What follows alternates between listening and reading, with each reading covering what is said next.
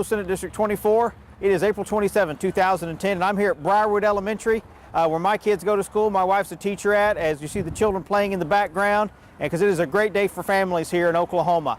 This morning, based on my motion, we overrode the governor's veto of a pro-life bill that was part of the Rose Day agenda, with 36 votes, 36 state senators voting to override the governor's veto. That's higher than the number it usually takes of 32, because there was an emergency clause in the bill, meaning it is in effect as of the vote this morning.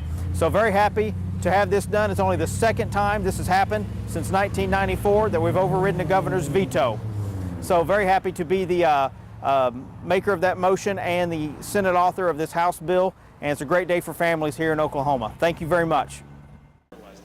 Mr. President, would you please recognize Senator Sykes for a motion?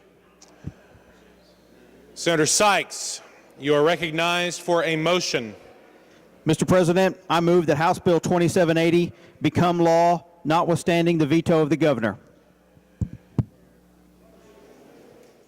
Senator Sykes, do you wish to close debate? You're recognized to close debate. Thank you, Mr. President. Members, I appreciate your debate. I appreciate your contemplation about this motion. Appreciate the respect that we've all shown each other here this morning by carefully listening to what each other had to say.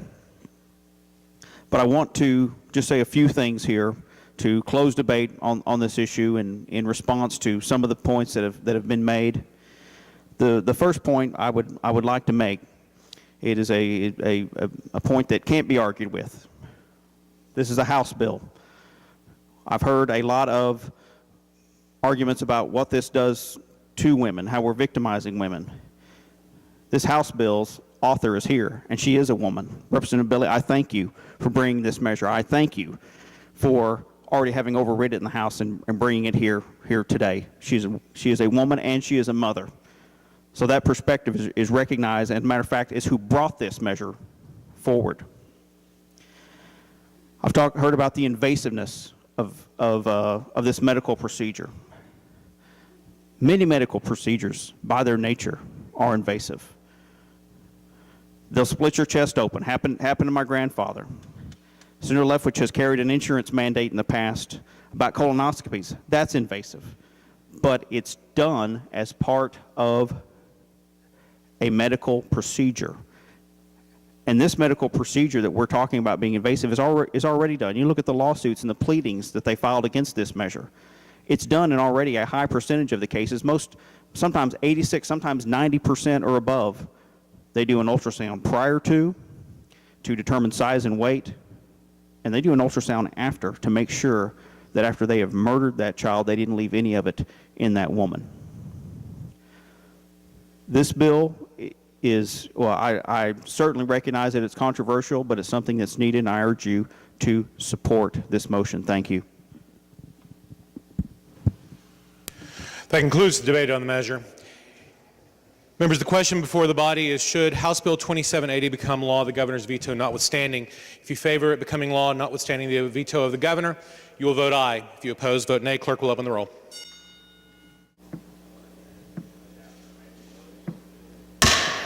Close the roll.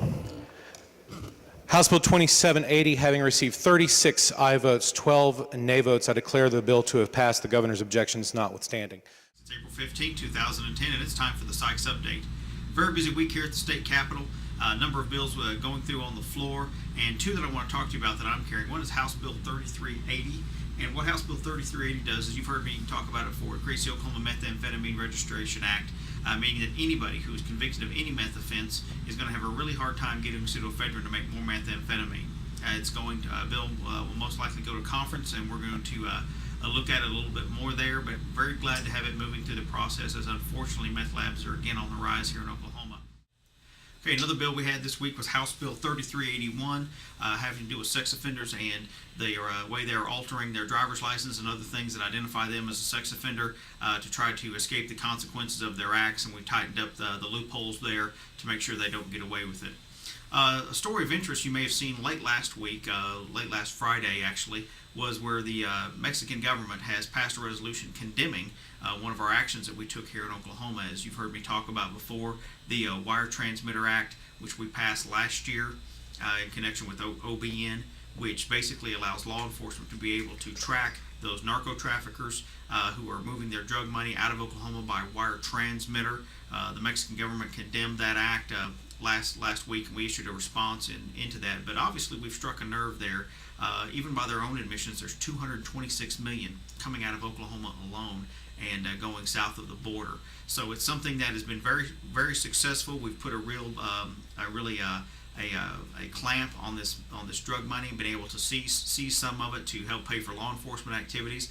And another thing, it's just not aimed at Mexico. Just south of Senate District 24 in Norman, there was a prostitution ring in which they were wire transmitting the money back to some countries in the Pacific.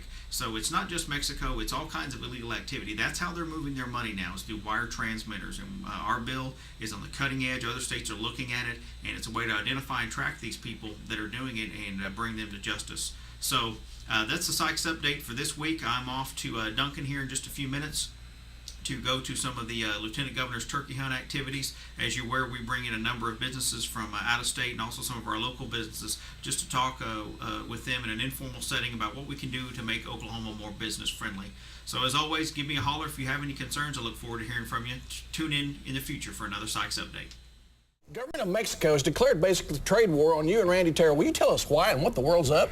Well, last year, in an effort to clamp down on the narco trafficking of drug money through Oklahoma, we passed a law called the Drug Money Laundering Wire Transmitter Act. And what it does is it helps law enforcement track those people who are bringing their drug proceeds here to Oklahoma and wiring them out of the country. It passed with overwhelming bipartisan support and has been an outstanding tool for law enforcement. Now, some Mexico assembly person has figured out that we're putting a clamp on their number one industry down there, and they have passed a resolution condemning us for doing so. But I'm proud to say that we stood up for Oklahoma law enforcement, and this is going to be a cutting-edge law enforcement tool, and I think you'll see it in other states. More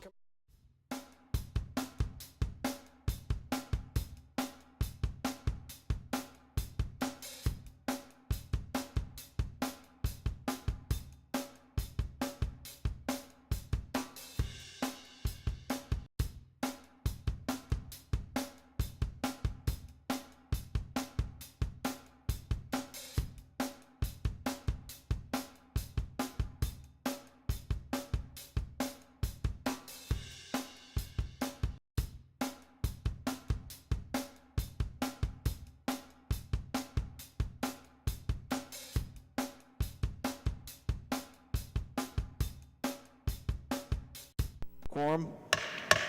Senate will come to order.